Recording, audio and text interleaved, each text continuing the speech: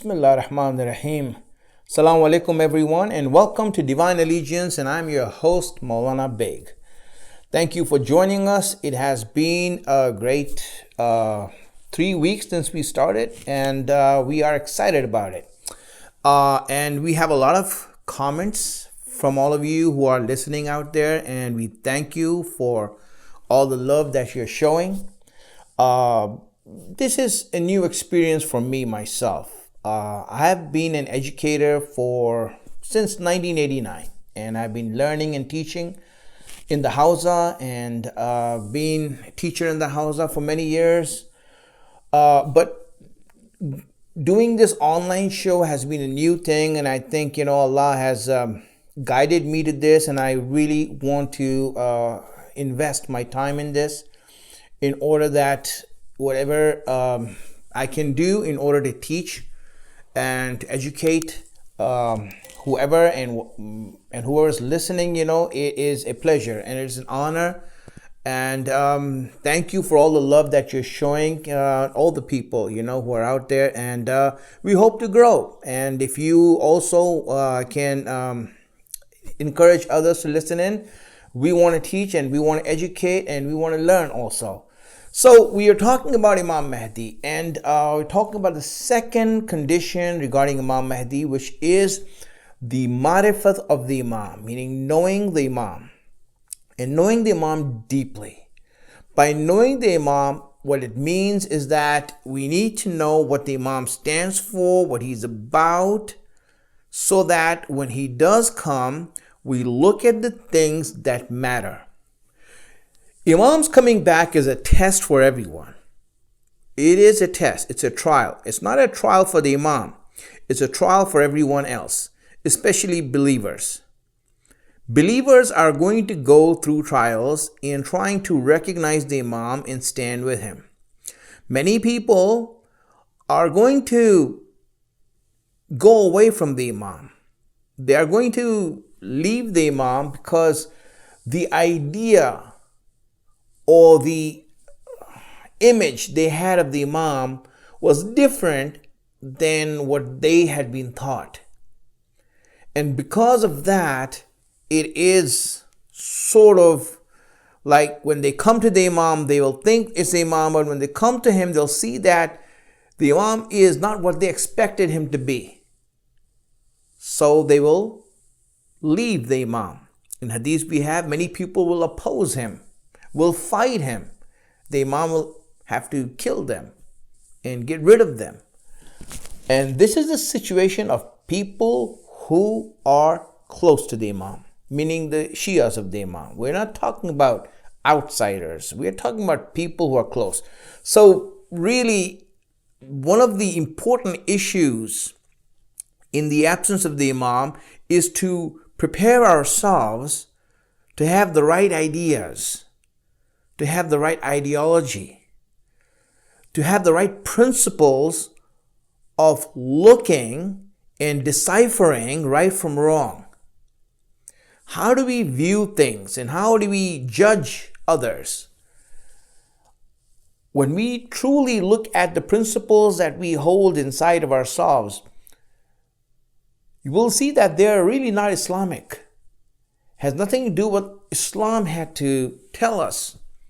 And we do things based on things that society has told us or that we have been taught, or some general set of principles that are prevalent in a society, and we go along with that. So when the Imam will come back, it's going to be a test for believers. And the only ones who are going to be successful are the ones who are highly intelligent, who are very clever, who are able to decipher things fast and look through things and truly see what's important and what's necessary. People get caught up in ignorance. And when they get caught up in ignorance, it's difficult for them to think straight. People who are smart, they look through that ignorance. They don't get caught up in that. they look through it, they look beyond it, and they see what's actually the truth. And then they don't just become happy knowing that. No, they are still going to question it. They're still going to scratch at it.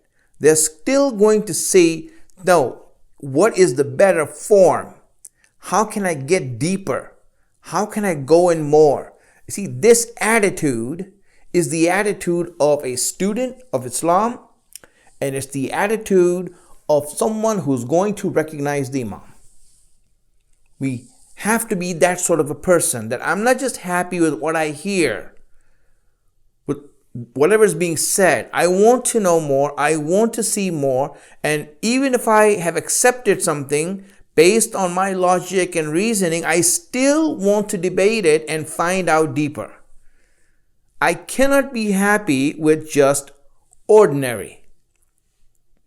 So the person who is looking for the Imam, or who's going to find the Imam, is going to be someone who's going to always look for excellence.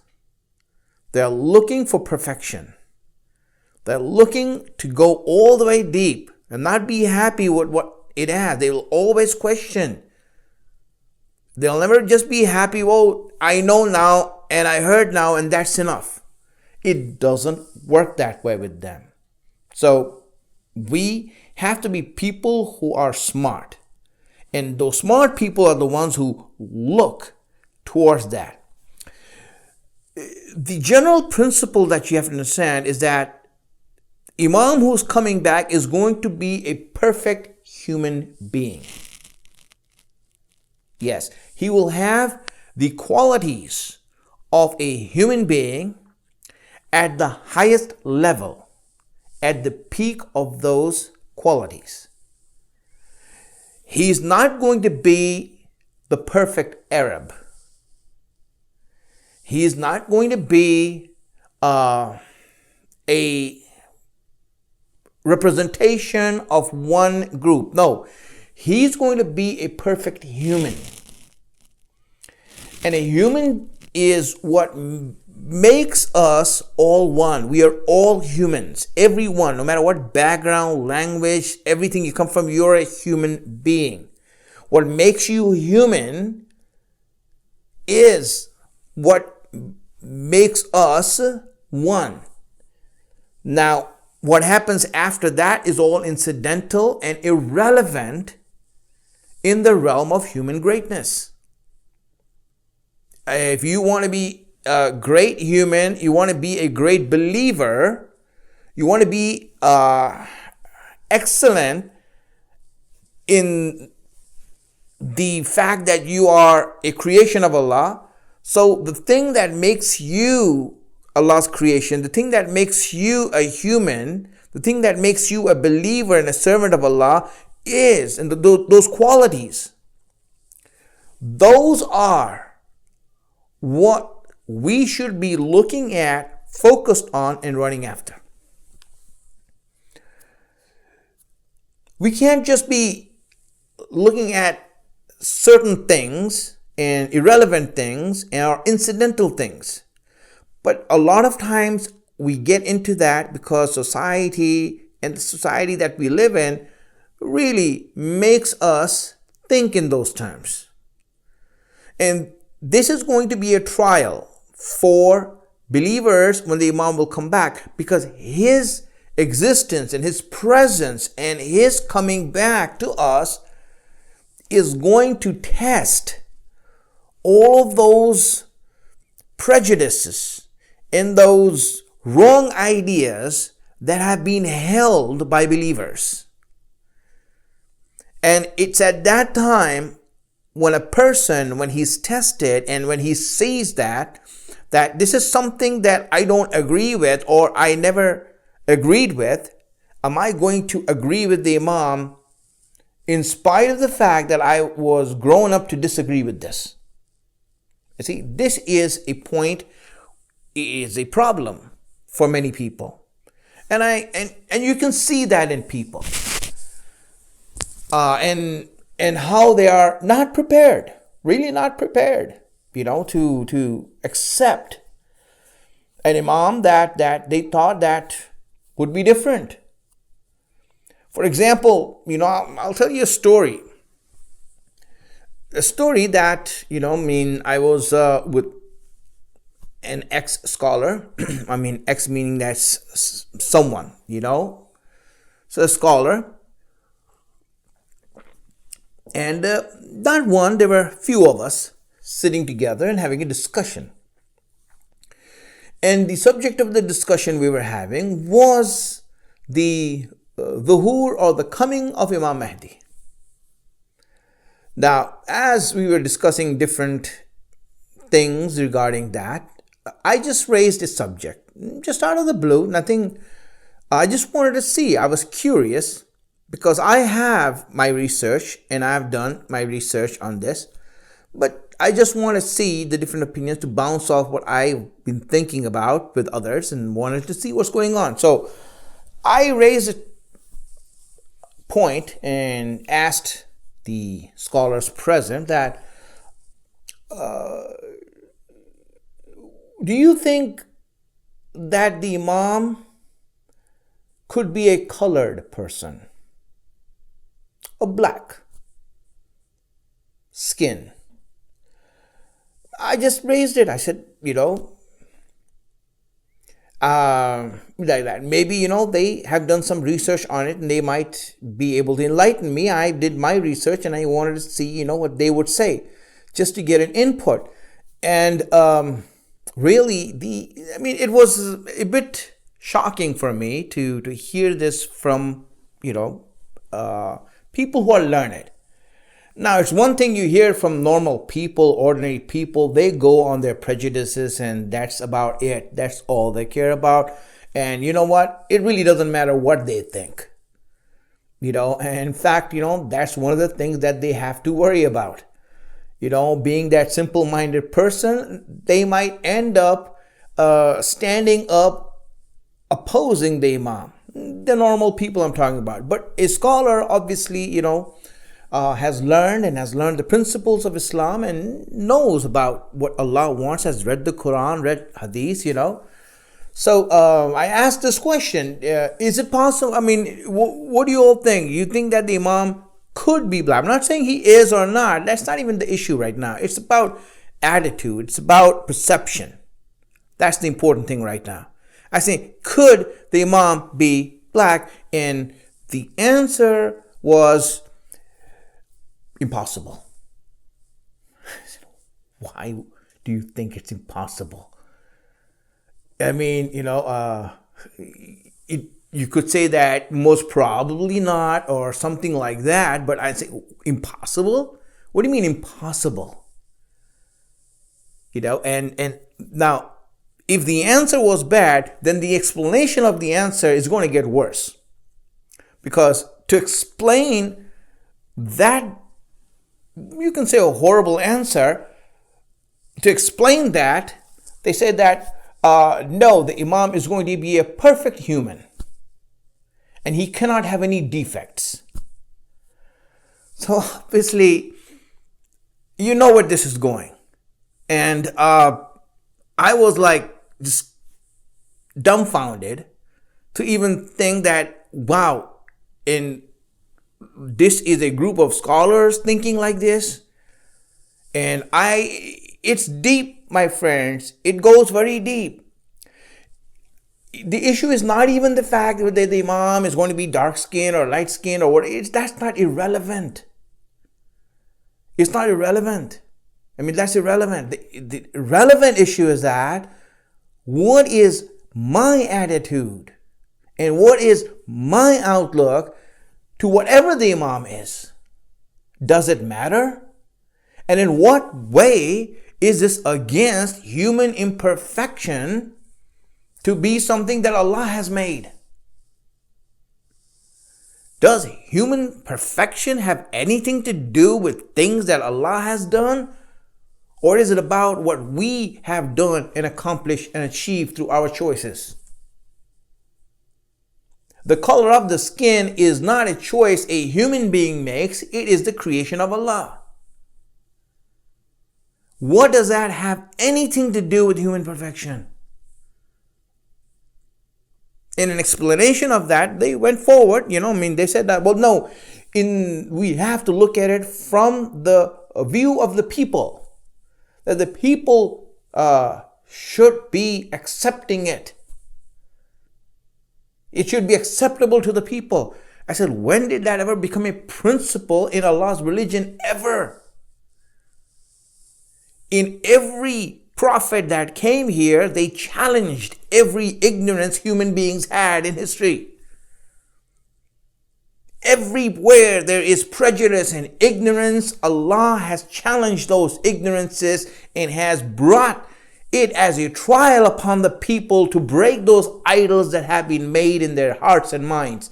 And here you're saying that Allah is going to bring the Imam and He's going to make him acceptable to the people, so that if the people don't accept him, this Imam who's going to be the fulfiller of Allah's promise, who's going to come mighty and who's going to come strong and he's going to take over the universe, he's going to be looking for approval from people? I mean, really, if he had gone back in the time of Nuh, probably I would have, maybe. Even then, I don't see it, because Islam is very clear on these sort of ignorances. It breaks them and it challenges them. So here you see the reason I'm saying this is because really, whether the Imam is black, brown, white, I mean, it really is irrelevant. That has nothing to do with human. Even if he is, so what? Is great. That has nothing to do with human perfection or kamal or human greatness. And it is such sort of ignorances that create a lock on our mind from accepting the Imam. And yes, for such people, Imam's presence is going to be a challenge. And you can see why. I mean, you can see why it's going to be a challenge for. Really, this is how we are going to approach this. And yes, a lot of it has to do with culture, and there's a background also. If racism does exist, it is a reality. It's deep rooted in people. And it's because of the prejudices of society and ignorances of society, and how society just moves on accepting ideas and accepting ignorances without questioning them and challenging them. It's only the people who are smart, intelligent, and who have deep insight who look through these things and say, this has nothing to do with a human being. It has nothing to do with you being a human being or not. And I, looked it up. I was looking at some things online to see some sort of, things that people have said. I mean, of course, there's a lot of ignorance online from people. You go to like chat rooms and you see everyone has their opinion on chat rooms, which obviously is not even worth 2 cents, So the fact is that, when you look at the Imams and you look at the history of the Imams, it's interesting. And I raised this issue in front of scholars also, and I'm going to raise it in front of you. And see, I said that, listen, just to brush aside all the ignorances you have, right? Maybe there's a reason why Allah has brought imamat and the lineage of imamat down through so many races, has mixed it up with so many races. It's beautiful. If you look at imamat, right, imams were not bred from 100% Arabs. Yes, the father, we know who the father is, but the mother, you see, from the time of Imam Hussein, who married an Iranian, and Imam Hussein married an Iranian woman, and through him had Imam Zainul Abidin. And from there you see Imam Baqir and Imam Jafar Sadiq had Arab wives. They had Arab wives. Imam Baqir Islam had the granddaughter of Imam Hassan, or daughter of Imam Hassan, Imam Ali. And Imam Sadiq alayhi salam, he married He married the great granddaughter of Abu Bakr, who was an Arab, and hence, that was the last. After Imam Sadiq, Imam Musa Kadhim, Imam Rada, Imam Jawad, Imam Hadi, and Imam Hassan, all of them, their mothers were all Africans. They were all Africans. I have it right here in front of me. Imam Kadhim al-Islam, his mother was Hamida, who was from Africa. Imam Rada's mother was Najma, who was Nubian, who was African from the region of Ethiopia. Imam Jawad's mother was Habibi, also Nubian, from Ethiopia. Imam Hadi's mother was Samana, also African, Berberi. And Imam Hadi's mother. And so as we go forward, we see that all the Imams had these women who have, and there's a reason behind that. That I'll go sometime else. That's not my issue right now. My issue is that on what basis are you saying that they're not? I mean, they mix with Iranian, they're mixed with African, they were North Africans. All over Africa, all over Arabs, everything is mixed together. And the Imam is a multiracial person. Imam Mahdi is going to represent so many races, all of them together. And then it is said about the story about his mother being from Europe. Whether it's right or wrong, that's a whole different thing, right? Suppose it's right, it's okay, fine. But that just adds to the fact that the Imam is a mixture, Imam Mahdi is a mixture of all these races. This is the beauty of how Allah has branded his Imam so that no one is going to have a problem with that. But whatever color he is, it doesn't matter. Whatever race he is, it doesn't matter. What matters is the human qualities that make a person great. That's what matters. And are we able to look beyond all these things and look at human greatness? Those are the people who truly are going to look at that. My friends, I know it's deep down inside of a lot of people, of the Arabs. Yes, we have seen that. Listen, I went for Hajj many times. And I went for Umrah many times. Probably more than, almost any other person in America. Because, I've been going there for the last 16 years and every year and Umrah many years, right? And I have been to all the places of ziyarat in Medina. When you go in Medina, you see that the wives of the Prophet have a special place in Baqi. All the wives of the Prophets are there in Baqi. But the only wife who's not in Baqi and her grave is somewhere else, she has her own grave somewhere else. She is not in Baqi. She is somewhere else. Is Maria Qibtiyah. Maria Qibtiyah, the wife of the Prophet, who came from Ethiopia, from the king of Ethiopia, Najashi, who gave her to the Prophet. She became his wife and became the mother of Ibrahim, the only wife of the Prophet who bore him a child other than Khadijah. The only wife who bore him a child, Ibrahim. So the mother of Ibrahim, she is buried somewhere else. And it's amazing, my friends. Everyone else is buried in Baqi except for her. And really, everyone else, is there except for her. They didn't like her. They didn't like her to be there. And you know who else is buried with her in the same graveyard? Najma Khatun, the mother of Imam Rada.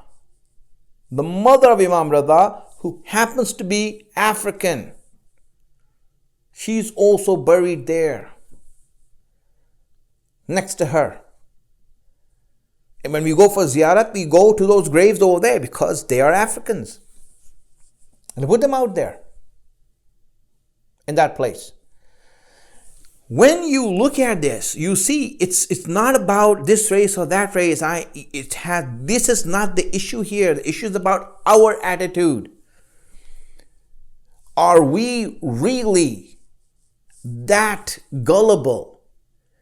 Are we really, as a people, that drowned in the ignorance of society, in Jahiliyyat, that we are going to view each other and view the Imams based on these ignorances? You think the Imam is going to come back when his Shias are like that?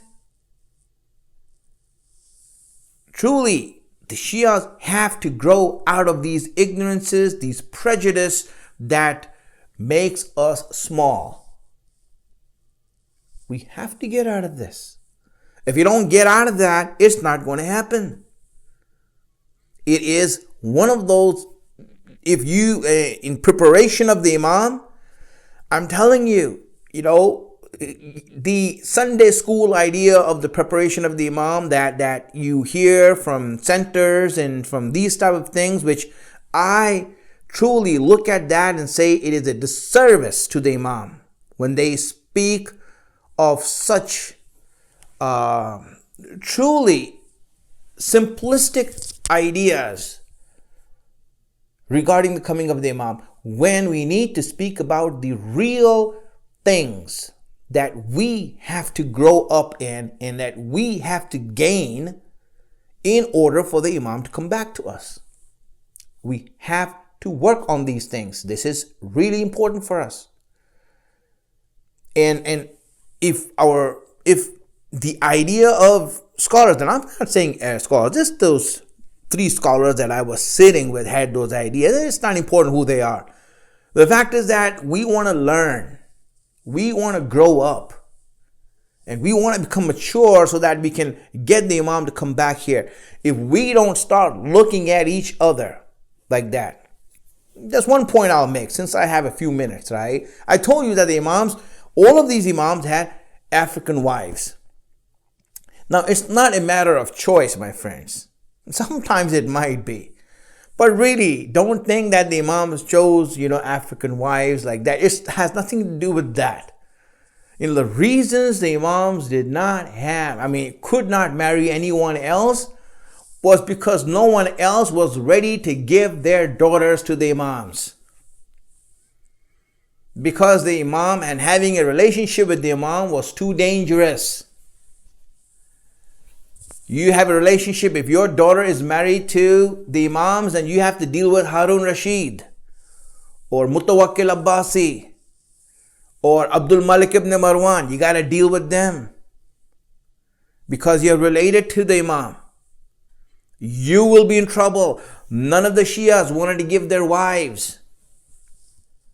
So the Imams had to. The only people they had were people who were the ladies who were slaves. So they would buy them, free them, marry them.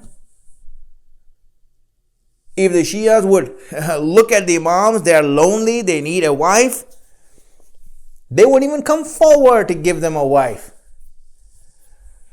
So really, if there's any lonely brother out there who might be thinking that, I don't have a wife because no one gives me a wife, and for whatever reason, racism or whatever thing is that, remember this, Imams could not get a wife. Really, Imams could not get a wife from any of the Shias. The Shias did not want to marry the Imams. They didn't want any relationship with the Imams. Though, yeah, they respected the Imams as far as they are far away from them. As far as no harm is coming to them. So, really, this goes a long way in the Imams being left alone. So if Imam Zamana is in Ghaibat, it's rightly so. It's rightly so. You think the Imams are ready for him right now? Really, it's like, for example, on what way are you getting ready for him? You gotta break these idols. You gotta break these chains. You gotta break these sort of ignorances that are in our mind that's blocking us. and look beyond that. And you know what? That's why I said preparing for the Imam is not easy. And it doesn't mean that you're a bad person if you're not going to help the Imam. Yeah, you will be a citizen of the Imam's government, and you will be a good person, and you go to heaven. But you don't get the honor of being a helper of the Imam. You don't get the honor of being in his army. You don't get the honor of being a companion. Yes, I mean, what do you think? That the people who didn't die with Imam Hussein are going to hell? No, there are many Shias out there who are, good people. They're going to go to heaven. The only thing they didn't get is the honor of being martyred with Imam Hussein. That's the only thing they didn't get.